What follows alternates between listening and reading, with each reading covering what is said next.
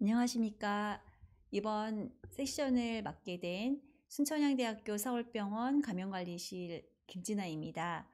이번 시간에는 방문객 관리와 환자 이송 그리고 환경 관리에 대해서 말씀드리도록 하겠습니다. 지금 이 시간에는 방문객 관리, 환자 이송, 환경 관리에 대해서 말씀드리도록 하겠습니다.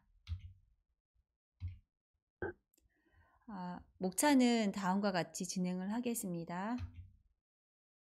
먼저 가족이나 방문객, 간병인 관리에 대한 내용입니다. 면회에 있어서는 특별한 사유가 있는 경우를 제외하고는 원칙적으로 면회를 제한하는 것이 현재 상황에는 맞겠고요. 임종이나 뭐 여러 가지 사유로 불가피하게 면회가 필요한 경우에는 최소한의 시간 그리고 최소한의 인원으로 제한을 해서 운영하는 것이 필요합니다. 특히나 요양병원의 경우에는 사회적 거리두기 단계에 따라서 통제된 공간에서 최소한의 그런 비접촉 면회를 허용할 수가 있다는 지침이 현재 나와져 있고요. 보호구는 면회를 할 때 보호구는 이제 불가피하게 격리실 출입이 필요한 경우에 적절한 정해진 보호구를 착용하게 되고 방문객 교육이 중요하게 이제 여겨지고 있습니다. 특히나 방문객에게는 개인보호구에 대한 사용 방법, 또 손위생에 대한 교육 이런 것들을 좀 시행을 해야 되겠고 빠른 시간 안에 면회를 마치도록 합니다. 그리고 모든 방문객은 방문 일지에 출입 기록을 작성을 이제 해야 되겠고요. 그리고 의료 종사자들은 방문객들을 대상으로 손위생이나 호흡기 예절에 대해서 안내하고 또 병원 곳곳에 잘 보이는 장소에 이러한 홍보 게시물들을 안내하는 것이 필요합니다. 많이 보시는 포스터일 텐데 질본에서 제공하고 있는 이제 기침 예절 포스터이고요.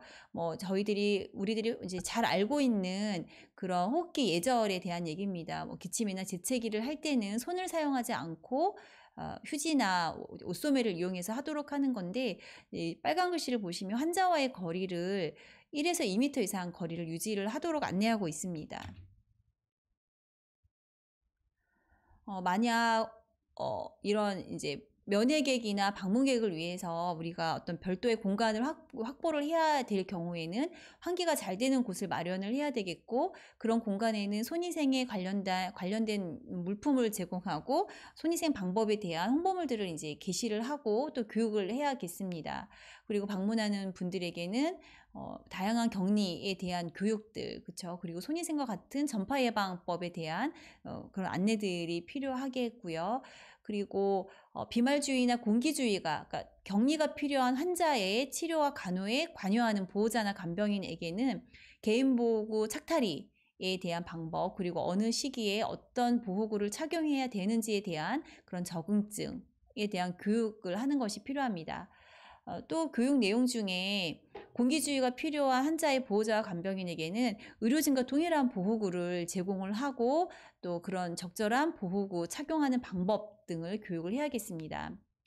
앞서 말씀드린 것과 마찬가지로 방문객은 필요한 경우에 한해서만 최소화해야 되겠고요. 간병인 관리에 있어서도 간병인은 환자와 동일하게 관리를 하게 됩니다. 특히 최근에 해외 방문 이력이 있다거나 확진 환자와의 접촉 이력이 있는 그런 역학적 고리가 있는 경우에는 어떤 근무를 배제해야 되겠고 또 하나는 코로나 관련 증상이 있을 경우에는 즉시 업무에서 배제하는 것이 필요하겠습니다. 의료기관 내에 발열이나 호흡기 증상이 있는 어떤 의심 환자나 확진 환자가 발생했을 경우에 이동에 대한 사항입니다. 의료기관 내에서는 비말 노출이나 접촉에 의한 노출을 최소화할 수 있는 방법으로 이동해야 하는데 이때 동선은 미리 통제를 해야 하고 또 통행이 많지 않은 경로를 선택을 해야 되겠습니다. 그리고 이동하는 환자에게는 수술용 마스크를 기본 착용시키지만 환자의 상태에 따라서 가운이나 장갑 등을 추가할 수가 있겠습니다. 이동을 돕는 직원의 경우에는 보호구를 착용하게 되는데 이때도 마찬가지로 마스크, 가운, 장갑 그리고 환자의 어떤 상태에 따라서 고글이나 안면 보호구까지 추가해서 착용을 이제 해야겠고요. 환자를 가능한 접촉하지 않도록 하는 것이 중요하겠습니다. 마지막으로 환자가 이동할 때는 타 부서에 미리 정보를 주어서 사전에 격리 주의를 준비할 수 있도록 꼭 인수인계를 의사소통을 잘 하셔야 되겠고요. 타 기관으로 이송을 할 경우에 대한 예의입니다.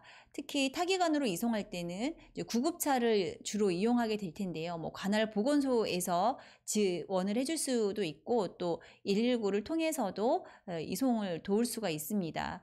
이때 이송할 병원에 미리 환자 정보를 제공해야겠고 또 출발 시간을 협의해서 환자를 받는 의료기관이 사전에 뭐 다양한 준비를 할 수 있도록 좀 시간적 여유를 주어야 하기 때문에 꼭 정보를 사전에 의사소통을 하셔야 되겠고요. 우리 구급차 우리가 하실 구급차를 이제 우리 기관의 구급차를 이용할 경우에는 개인보호구를 반드시 착용을 해야 되겠는데, 만약에 구급차의 운전석이 차폐되어 있지 않다고 한다면 전신보호구 레벨 D를 말합니다. 전신보호복을 반드시 착용을 하고 운전을 이제 해야 되겠고, 이때 이송을 함께하는 요원들은 레벨 D에 준하는 보호구를 착용을 하게 됩니다. 의심 환자나 확진 환자가 발생했을 경우에 사용한 이제 의료기구에 대한 소독에 대한 내용인데요. 가능하다면 일회용 기구를 사용할 것을 권고드리고, 특히나 호흡기와 관련된 의료기구, 뭐 산소 마스크, 나살프롱, 석션 튜브 이런 일회용 이제 물품들은 절대 재사용하지 않아야겠습니다. 만약 일회용이 아니고 재사용 의료기구로 허가된 제품들의 경우에 이제 사용하고 나서의 재처리 방법은 보시는 것처럼 적절하게 세척하고 소독이나 멸균하고 나서 사용을 하는 것이 이제 권고가 되고 있는데, 이때 재사용 기구는 적절하게 주변 환경을 오염시키지 않고 수집을 해서 세척 장소로 이제 이동을 하게 되고, 세척을 하는 장소는 청결 장소와 분리된 공간에서 기구를 충분히 세척하고 직원에게 용액이 튀지 않도록 주의해서 세척을 하도록 교육하는 것이 필요하겠습니다. 충분히 배설물이나 이런 분비물이 남아있지 않도록 세척하는 것이 중요하고, 이때 세척을 담당하는 세척 직원은 N95 마스크, 그리고 긴팔 방수 가운, 고글이나 안면 보호구, 모자나 신발 덮개 또는 이제 방수 고무장화 또는 그리고 이제 이중 장갑을 착용해서 세척 직원의 안전도 함께 보호해야겠습니다. 그렇게 한 이후에 기구의 위험도에 따라서, 그러니까 재사용하는 기구의 어떤 위험도, 이 기구가 비위험 기구인지 주니엄인지 뭐 이런 기구의 분류에 따라서 소독의 수준을 결정을 하고, 그리고 이제 멸균이나 고수준 소독을 통해서 이제 마무리를 하게 됩니다. 이때 사용하는 소독제는 반드시 그 소독 제조사의 권장사항을 확인하고 준수하는 것이 필요합니다. 환경관리에 대한 부분입니다. 일반적인 원칙을 말씀을 드리면 소독을 하기 전에 환자의 동선을 먼저 파악을 하고 나서 어디까지 소독을 할 것인지를 결정하고, 그리고 나서 어떤 소독제를 사용할 것인지 계획해야겠습니다. 그래서 먼저 환자의 동선을 파악해서 소독을 하고, 동선 파악이 만약 불가능하다고 하면 일반인이 이용을 하는 수준에서 접촉이 가장 빈도가 많은 그런 하이터치 에어리어를 정하시는 겁니다. 예를 들면 뭐 엘리베이터 버튼이라든지 손잡이 레일, 문손잡이, 우리가 흔히 다빈도로 만지는 그런 환경 표면을 정해놓고 이제 그것을 계획에 넣는 것입니다. 그리고 이 부위가 정해지고 나면 어떤 직원이 청소할 것인지를 이제 정하고 그 직원들에게 소독 방법이나 예방 교육을 이제 해야겠습니다. 특히 청소를 담당하는 인력들에게는 개인 보호구에 대한 착탈이 방법, 또 손위생 방법, 그리고 이 업무를 마무리하고 나서 호흡기 증상이나 이런 코로나 의심 증상에 대한 모니터링에 대한 조치에 대해서도 사전에 교육을 해서 이제 즉시 보고할 수 있는 시스템을 준비를 하셔야겠고, 소독을 담당하는 직원에게 반드시 정말 중요한 것이 개인보호구에 대한 내용이다라고 말씀을 드리겠습니다. 이때 청소를 담당하는 이 직원들의 개인보호구의 종류는 방수가 되는 장갑과 가운, 그리고 마스크, 그리고 앞치마, 장화, 고글 등이 있겠습니다. 청소를 이제 시행을 하게 되면, 계획이 끝나고 청소를 시행하게 되면 먼저 청소를 시작하기 전에 표면이 유기물로 오염이 되었는지 뭔가 이렇게 오염 정도를 파악을 하시고 사전 클리닝이 되어야겠습니다. 만약에 오염이 되었다고 한다면 사전 클리닝을 하시고 그 다음에 적절한 소독제를 이용해서 네, 철저하게 표면을 닦게 됩니다. 이때 유의하셔야 되는 것이 분무 발생을 막기 우리가 위해서 사실은 적신 걸레나 일회용지 포에다가 적셔서 표면을 닦게 되는데 진공청소기나 이런 것들은 이렇게 여러 가지 날리는 어떤 효과 때문에 더 균이나 이런 환경을 더 오염시킬 수가 있습니다. 그래서 꼭 적신 걸레, 소독제를 적신 걸레를 이용하도록 권고하고 있고요.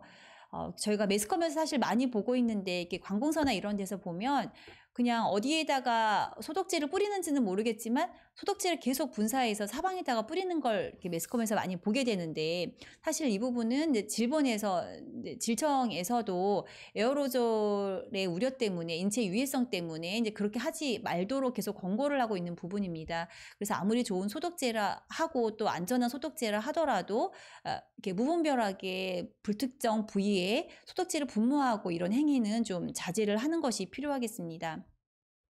이때 사용하는 청소 도구들은 가능한 일회용을 사용하셔야 되겠고 전용으로 쓰셔야 되겠죠. 그리고 만약에 청소 도구를 재사용한다라고 할 경우에는 적절한 소독제를 이용해서 소독을 하고 나서 건조한 이후에 보관을 하셔야겠고요.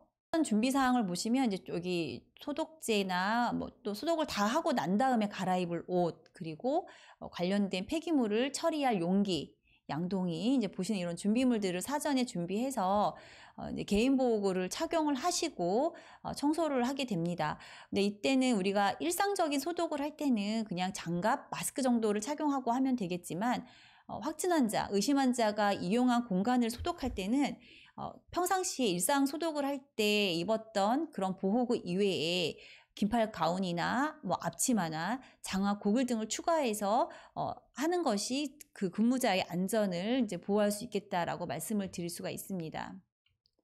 소독액에 대한 이제 내용인데요. 오염된 환경 표면은 소독제를 환경부나 아니면 국제기관 관련 기관에서 승인한 소독제를 사용을 하게 되고 소독제의 사용 방법은 제조사의 설명의 권고에 따라서 준비하고 이제 사용하는 것이 필요합니다.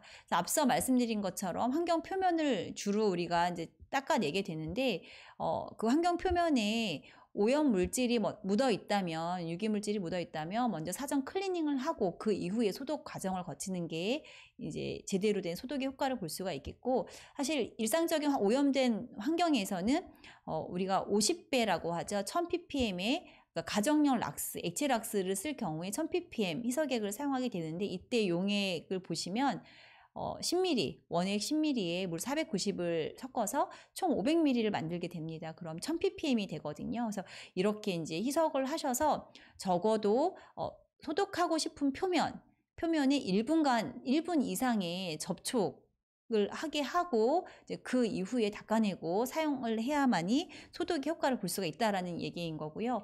금속 표면은 부식의 위험성 때문에 70% 알코올로 닦을 수 있다라고 권고하고 있습니다.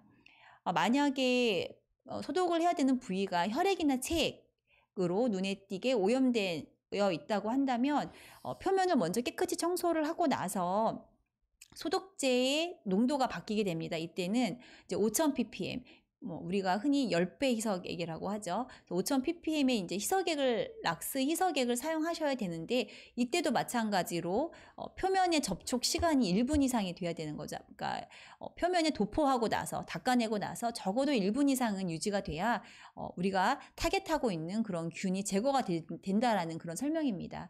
이때도 농도가 50ml, 450ml 물을 해서 총 500ml를 만들어서 우리가 사용을 할 수 있겠습니다. 이때 주의하실 점은 차염소산 나트륨 용액은 매번 새로 희석해서 사용해야 된다. 왜냐하면 유효 농도가 우리가 타겟했던 농도보다 시간의 흐름에 따라서 점차 낮아지기 때문에 매번 새로 희석해서 제대로 된 소독 효과를 우리가 봐야 된다는 이제 이런 설명이고요. 이 대응 지침에 보면 이제 환경소독제는 지금 보시는 것처럼 초록누리에 들어가시면 여기에서 승인된 제품인지 아닌지를 볼 수가 있습니다. 그래서 선생님들께서 이 사이트에 들어가서 우리 기관에서 사용하고자 하는 소독제가 승인이 됐는지를 확인을 하시고 선택을 하셨다고 하신다면 그 제조사의 권고 사항대로 준수해서 사용을 하시면 되겠습니다. 그래서 이때 여기도 이제 계속 주의해서 이제 제시하고 있는 내용이 소독제를 분사하는 소독 방법. 우리 가끔 보면 이렇게 분무기에다가 희석해서 그냥 막 뿌리는 경우가 있어요. 이런 것들 자체가 어떤 흡입의 위험, 이런 것들을 인체 위험 요인을 주기 때문에 꼭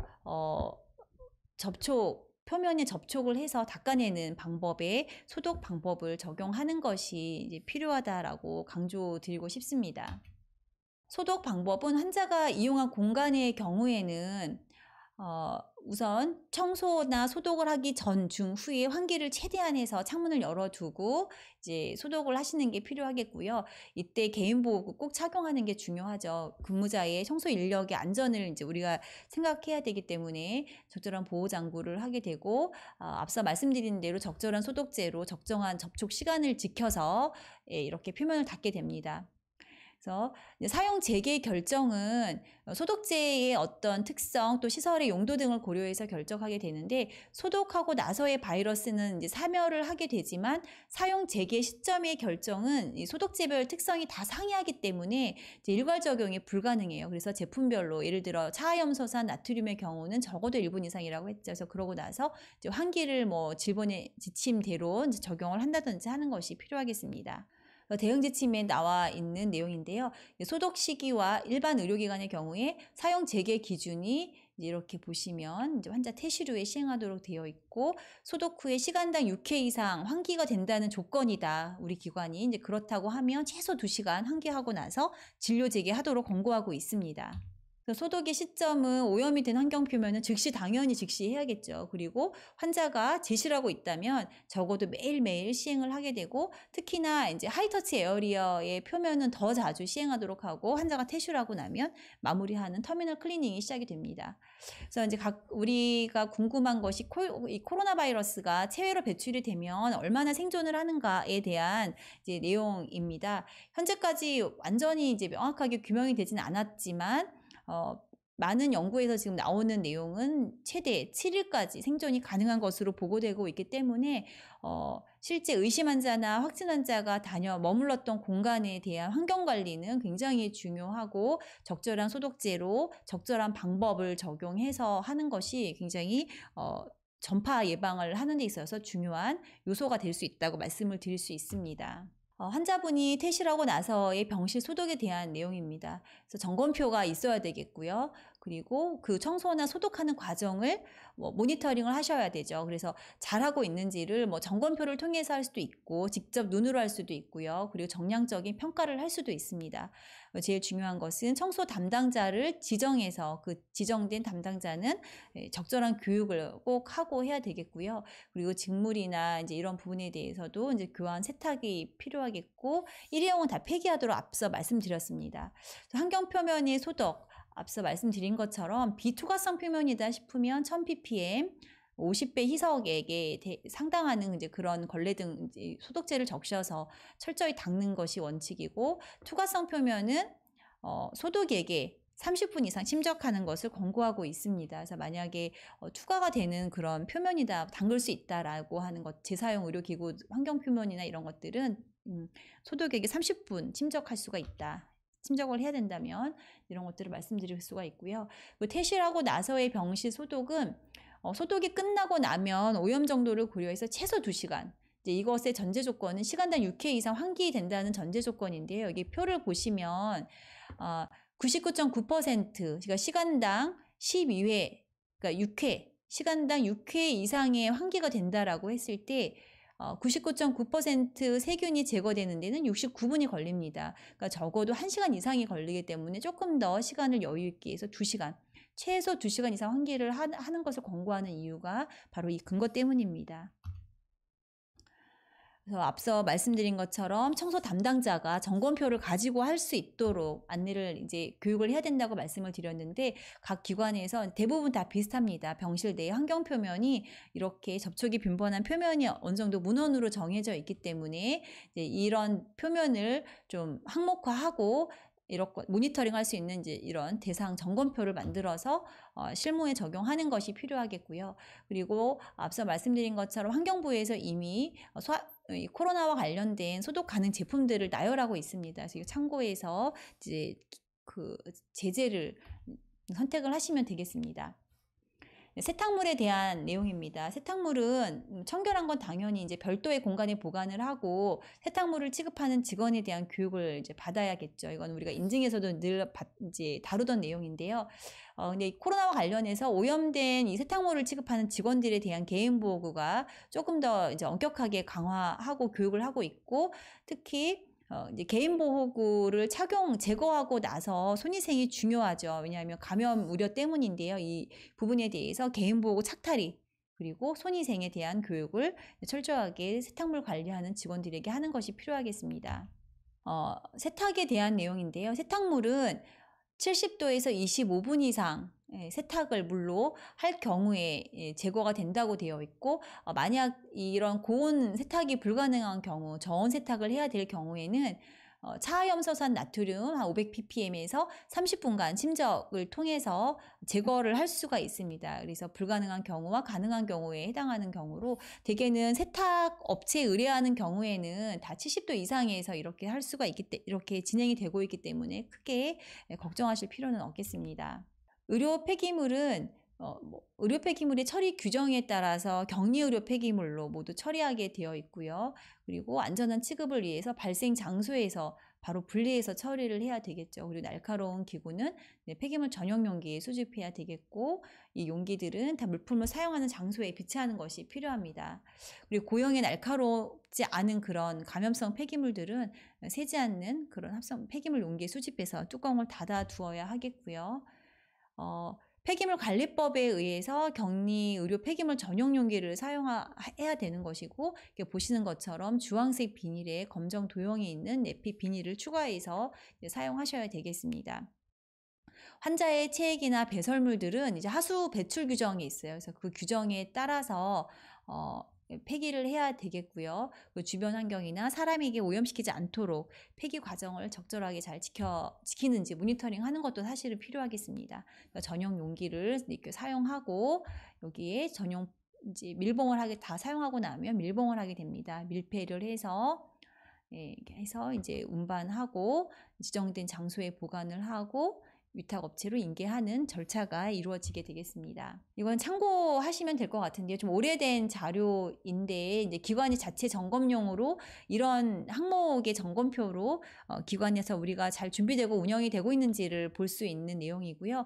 이것은 이제 WHO에서 이제 올 초에 제공이 됐던 것을 이제 번역이 된 건데, 참고해서 선생님들께서 각 기관에서 우리도 이렇게 잘 하고 있는지를 보시면 되겠습니다. 그래서 전반적인 이런 환자가 발생했을 때 예방 관리 프로그램이 있는지, 시스템이 적절히 잘 우리가 적용이 되고 있는지, 그리고 격리주의를 잘 준수하고 있는지 환자나 직원들이, 그리고 또 이송 체계나 이런 것들이 잘 마련되고 지켜지고 있는지, 환자가 입원 가능한 격리시설이 있는지, 없다면 이송에 대한 부분이 잘 정비가 되어 있는지, 그렇죠. 그리고 방문 통제나 보호구 착용에 대한 조치가 이루어지고 있는지, 의료진들이 개인 보호구를 적절하게 잘 사용하고, 또 그 개인 보호구 사용에 대한 지침 이런 것이 교육이 되고 그런 내용들이 홍보물들이 게시되어 있는지, 그리고 내부의 환경 청소나 환경 관리를 위한 내부 지침이 있는지, 또 폐기물이나 세탁물과 관련된 처리 기준이 마련되어 있는지, 그리고 감염관리 팀이 이제 이런 종사자의 추적 관리나 그런 업무 복귀를 판단할 수가 있는지, 또 격리를 어떤 위한 그런 지침, 정책들이 마련이 되어 있고, 노출된 환자와 직원에 대한 관리 전략이 준비되어 있는지에 대해서 다시 한번 점검을 하시고 필요한 부분을 이제 조금씩 잘 준비하다 보시면 이런 어떤 지금 상황에서 조금 더 노출을 최소화하고 좀 완벽한 그런 예방을 할 수 있지 않을까라는 생각이 듭니다. 네, 제가 준비한 내용은 이제 여기까지인데요. 그래서 오늘은 이 시간에는 방문객, 그리고 환자 이송, 환경관리에 대해서 이제 다루었습니다. 사실 지금 각 기관들마다 최선을 다해서 이런 코로나 이제 확산을 방지하고 사실 전파를 차단하기 위한 아주 부단한 노력들을 하고 이제 계실 텐데요. 저희들의 노력이 헛되지 않게 지침을 잘 정비하고 현장에서 잘 적용되는지, 그리고 이러한 부분들이 잘 지켜지고 있는지를 모니터링하고 또 잘 관리한다면 우리가 사실 이루고자 하는 그런 이제 어떤 목표를 이룰 수 있지 않을까라는 생각이 듭니다. 예, 이상입니다. 감사합니다.